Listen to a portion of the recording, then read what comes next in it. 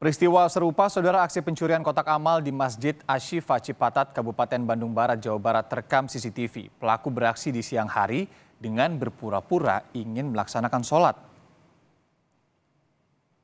Dalam rekaman ini, seorang pelaku membawa kotak amal yang tersimpan di pojok Masjid Asy-Syifa, Desa Cipta Harja, Kecamatan Cipatat, Kabupaten Bandung Barat, Jawa Barat. Pelaku beraksi usai warga melaksanakan sholat zuhur. Warga berharap pihak keamanan untuk meningkatkan patroli agar kejadian ini tak terulang kembali.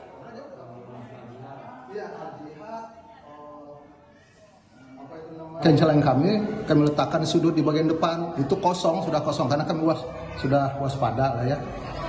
Pasti akan kejadian lagi. Ternyata betul kejadian kemarin itu ada pelakunya masuk ke dalam, mengambil kain celeng itu, dibawa ke sudut masjid dan dibongkar di situ.